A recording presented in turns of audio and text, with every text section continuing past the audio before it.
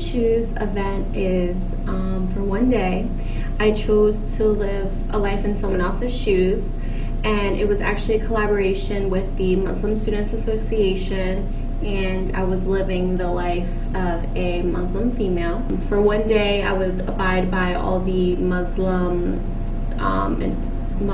ideals and fundamentals. So what are we doing? Well, going to school, and I'm going to meet up with Karen, who is the president of MSA, and she's going to kind of be my mentor into converting to Islam for a day. So, kind of nervous. I hope I'm wearing okay clothes because I have to be covered from head to toe. That's fine. I put makeup on today. I don't know if that's a problem either. Probably.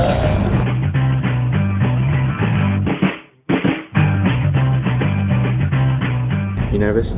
Yeah. What are some of the rules that you have to abide by?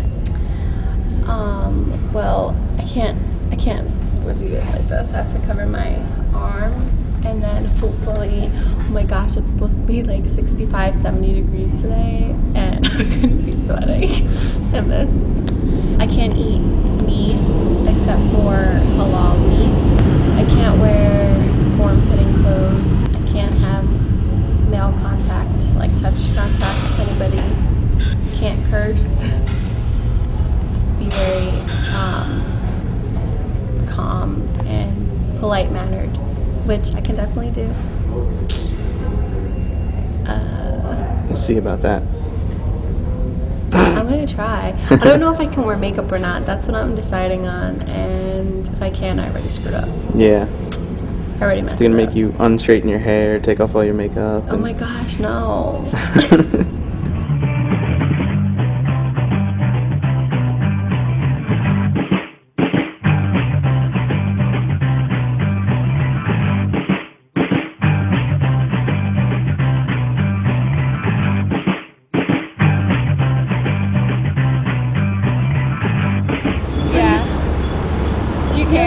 No, what do you want me to do? Oh no. I'm gonna go meet up with Karen. She's gonna put the hijab on me, like the headscarf, so I'm gonna go to the prayer room right now. Very cool.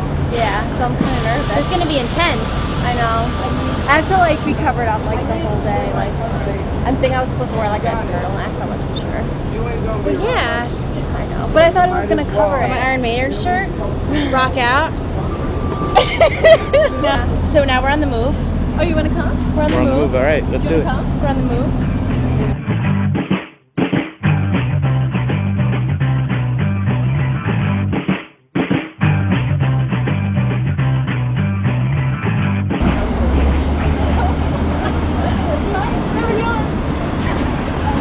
Did you get that?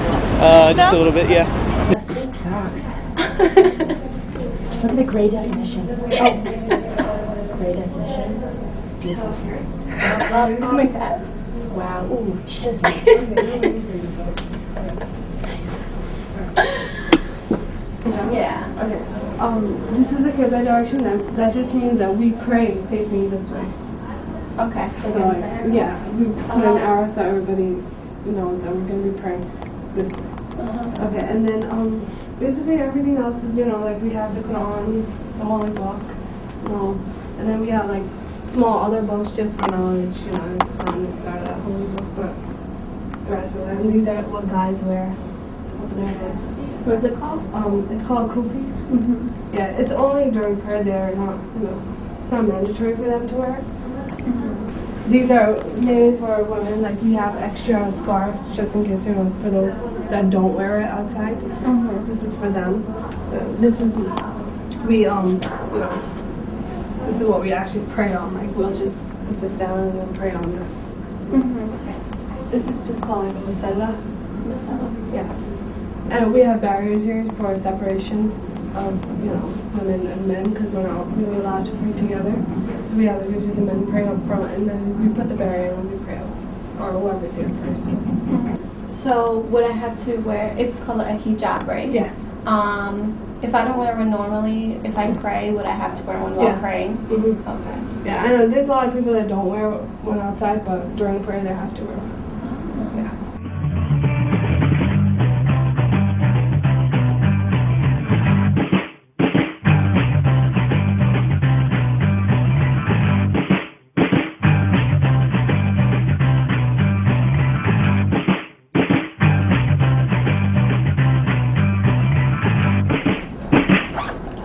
So you can't expose your hair at all? No. So say she's walking down the street and her hair gets exposed by accident. Will it be like disrespectful if somebody Well, by sees her? accident, by accident, it's not, considered sinful. Like, when you notice it, you put it back in. Right. Yeah. But if she had her bangs like hanging out, then that's like a completely different ballgame. Yeah. You know, it's get gonna be used to like it, 70 degrees today. To get used to. Do you have like long sleeve or your shirt from underneath? I don't have a long sleeve shirt. okay. I know, that's why I put this. This okay. But, yeah. Sorry. No. I was just saying everything else that is way. fine. If it was long sleeve, you wouldn't have to wear the sweater. You have to Oh, wear it yeah. off. Okay, yeah. Okay, so Are we, I put makeup on today. I don't know if that's okay. It's okay. So what is the difference between, like, the veils? What's the difference, like, Okay, between the them? veil is not mandatory. This is. Okay. Yeah. So Yeah, that's the veil personal is optional. Yeah. Oh, okay. And why do some people choose to wear the veil? It's Is a it personal just- choice, yeah, if they want to. It's like considered Sometimes it sunnah. can be a cultural choice as well. Doesn't have. It's not like for Islam, but culture. Certain cultures, a bit. Which specific cultures? Saudi Arabia mostly. Oh, okay. Yeah. Most women you will see are probably veiled. Okay. But it's not mandatory though. It's just a Okay. cultural thing. It's just a culture thing? Yeah. Okay. And where are you from? We're from Pakistan. Do you yourself, like, face any difficulties, like, throughout the day, like discrimination with what's been going on the news, with the mosque being built? Yeah, absolutely. I mean, you see, we had that a lot more since September 11th, especially. Yeah. So we were harassed, like people spit at you, like terrorists, go back and all that kind of stuff. That's happened to you? Yes, and Wow. friends. So Wow. yeah, I was. Every time someone tried to spit at us, yeah. But I know of other people who are like the terrorist name call them, go back to your country, you don't belong here, you're not Americans, which is kind of Yeah. but there's, but at the same time we have a lot of people, who do understand, are appreciative, are mindful. Yeah. And What's your opinion between what's going on in the news, like calling like terrorism and like it's attacking the Muslim community, saying that they're like terrorists and everything? But I know I read that you sent me in the Quran that you can't kill. Yeah. Yeah, so it's just like misrepresentation. You have, people, like I said, not cases in every religion who use religion and propagate it, to voice their concerns, which, has nothing to do with it. They're with violence and all that. That's not what we stand for. That's not what we believe in. But they just use it, and that's what people who don't understand Islam are like, oh, okay, this is a Muslim guy. This is what Muslims do. They bomb places or they're doing this, which is not true. Because you have 1 billion Muslims in the world. I mean, you only have a few nutcases if you notice it. If our religion was of hate or, violence, you would have seen it a lot more, which is not the case, though. Right. Within the Muslim community, there tends to be a misrepresentation of male and female, like of a male dominance, and like females are more kind of like there's not a good representation. Yeah, they of think it. that women are oppressed, which is not true. Yeah. If anything, like Islam, in fact, I think is the only religion that specifically states women's rights. Like, women have the right to divorce, women have, what else, other kind of rights. They have freedom of speech and all that kind of stuff, which is not seen, most people. Like I said, it's a cultural thing also as well, where, men are more dominant, I guess, but like I said, it's misrepresented. So people think, women are oppressed, and if they see, covering themselves, they think they're oppressed, which is not true. This was a choice that I made.